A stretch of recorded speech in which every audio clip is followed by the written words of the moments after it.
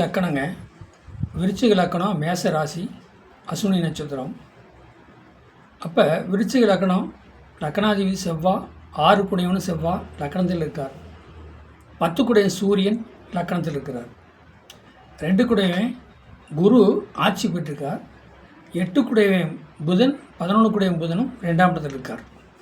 விருச்சிக லக்கணம் விருச்சிக லக்கணம் மேச ராசி, அசுனி நட்சத்திரம். அவங்களுக்கு 3ஆம் இடத்துல வந்து சுக்கிரன், மகரத்தில் சுக்கிர பகவான், ராகு பகவான் இருக்கிறாங்க.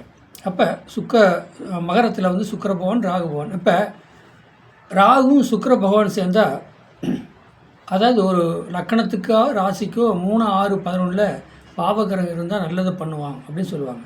ராகு இருக்குது, ஆனால் சுக்கிரன் சேர்ந்துருக்குறாங்க. பார்த்திங்கன்னா நல்லா வந்துக்கிட்டு இருந்தது. படிப்பில் தடை, பொருளாதாரத்துலேயும் தடை, எல்லா வகையிலையுமே பிரச்சனை சிக்கலாகவே அந்த சாதகருக்கு போயிட்டுருக்கு. அதே நேரத்துக்கு வந்து அந்த 9 கூடயும் சொல்லக்கூடியது கடக லக்கணமாக வரும். 9ஆம் இடங்கிறது வந்து கடக லக்கணம், கடக ராசியாக வரும். அந்த ராசிக்கு அதிபதி சந்திரன் மேசத்தில் அசுனியத்தில் உட்காந்துருக்கார். அப்போ மேச ராசி ஆயிடுச்சா. அப்போ 3ஆம் இடத்துல வந்து ராகு சுக்கிரன் இருந்தால் பொருளாதாரத்தை வந்து நல்ல முறையில் வெள்ளி நகைகள் அப்படிலாம் நல்லா செஞ்சு போட வைக்கும்.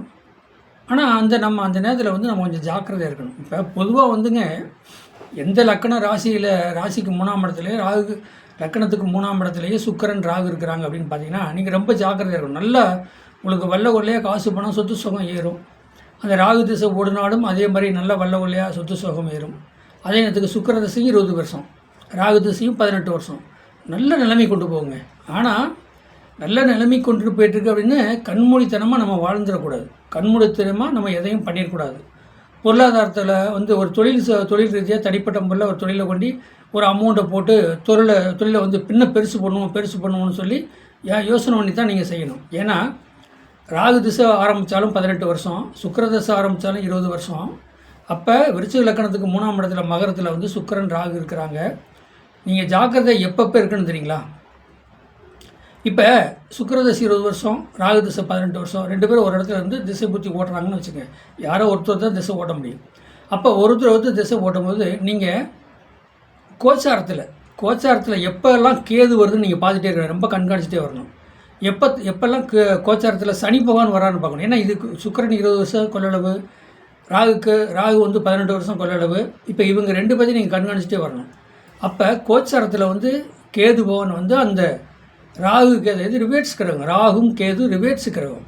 அப்போ ரிவேட்ஸை கேது பவன் வருவாங்க. அப்போ கேது பவன் வரும்போது நீங்கள் ரொம்ப ஜாக்கிரதையாக இருக்கணும்.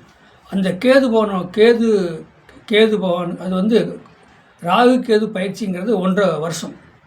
அப்போ அந்த 1.5 வருஷம் வந்து அந்த ராகு சுக்கிரன் மேலே பயணித்து போகும்போது நீங்கள் அப்படியே ஆஃப் பண்ணிடணும். நீங்கள் தொழில் வந்து எதையும் பெருசளவு பண்ணக்கூடாது. மூவ்மெண்ட் பண்ணுறது, ஏதோ ஒரு வெளியூர் பயணம், வெளியூரில் ஒரு தொழில் பண்ணலாம் அப்படிங்கிற அந்த வேலையை வச்சுக்கூடாது.